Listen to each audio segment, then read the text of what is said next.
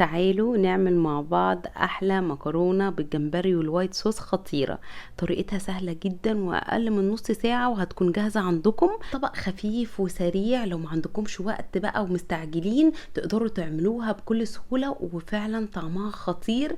مش هقول انها زي بتاعه المطاعم، هي احلى بكتير. تعالوا بقى نشوف هنعملها ازاي. هبدا بسلق المكرونه. عندي ميه مغليه، هحط عليها معلقه كبيره من الملح وهقلبهم كده.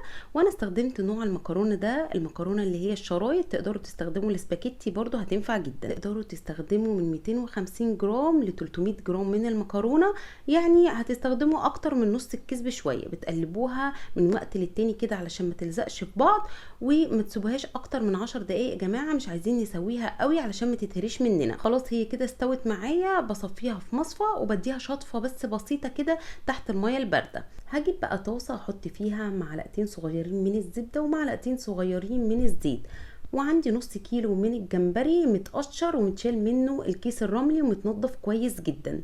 هبتدي بقى ان انا احط الجمبري كده بعد ما الزبده تسيح خالص والطاسه تسخن عندي، وهتبله بشويه من الملح والفلفل الاسود والبابريكا بس. مش هحط اي توابل تاني تغير طعمه. هو بالظبط بياخد دقيقتين على ناحيه لحد ما يغير لونه كده، بقلبه على طول الناحيه التانيه. الجمبري من الحاجات اللي مش بتاخد وقت كتير قوي على النار، فما تسيبوهوش كتير. بعد ما بقلبه على الناحيه التانيه برضو بتبله بالملح والفلفل والبابريكا، وهو كده خلاص بقى جاهز عندي. سبته دقيقه او دقيقتين تاني على الناحيه التانيه، بديله بس تقليبه.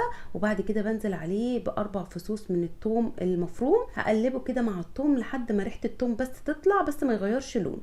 هزود له بقى معلقه صغيره من الدقيق. الدقيق هيدي سمك حلو قوي للصوص، وفي نفس الوقت هيخلي الصوص يلزق كويس جدا على المكرونه. بديله بس تقليبه، واول ما الدقيق بقى يختفي معايا هحط بقى كوبايه ونص من كريمه الطبخ، وهقلبهم بقى مع بعض كويس جدا لحد ما الكريمه تبتدي تسخن عندي. هضيف بقى نص كوبايه من الجبنه البارميزان، دي بتدي طعم حلو جدا، بتنقل الطعم لحته تانية خالص.